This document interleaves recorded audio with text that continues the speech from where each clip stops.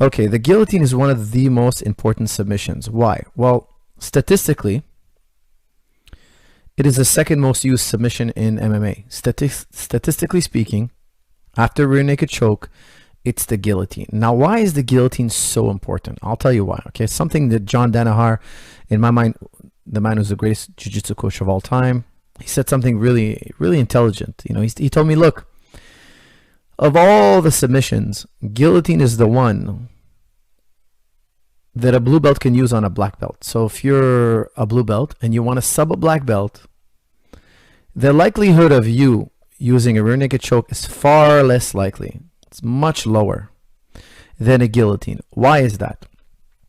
Think about it. For me to put a rear naked choke on a black belt, assuming I'm a blue belt, I have to take him down. I have to pass his guard. Good luck. I have to mount him or take his back. Usually I mount him and then I'll take his back.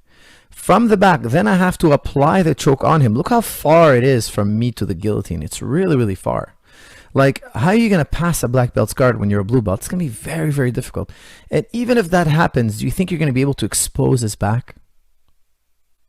And even if you do get to the back, he's a black belt. Do you think he's not going to escape the back? Like, what are the odds he's just going to let you have the choke? You're going to get past his back escapes. Like, there's so much skill involved in me getting to your back. Now, fast forward to the guillotine. Let's look at the guillotine. A black belt shoots on me. There it is. There's the guillotine. I didn't have to do any passing. I didn't have to do any takedowns. I didn't have to do any sweeping. I didn't have to do any massive amounts of controlling. It's just there. It's readily available. Now, sometimes my technique might not be great. Let's say you're a blue belt. Your technique is not great. You know, by definition, a blue belt's technique is not going to be the best. But just having a really strong squeeze, if you're a great athlete and you have a strong squeeze, it can happen. I've seen it. Black belt tap to a blue belt. Via guillotine, that happens.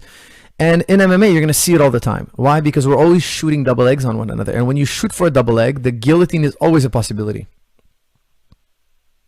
Like it or not, it's readily available to counter the double leg. Now, when you shoot a double leg, you may take me down, or if I'm going for a guillotine, I may sub you. Think about the risk.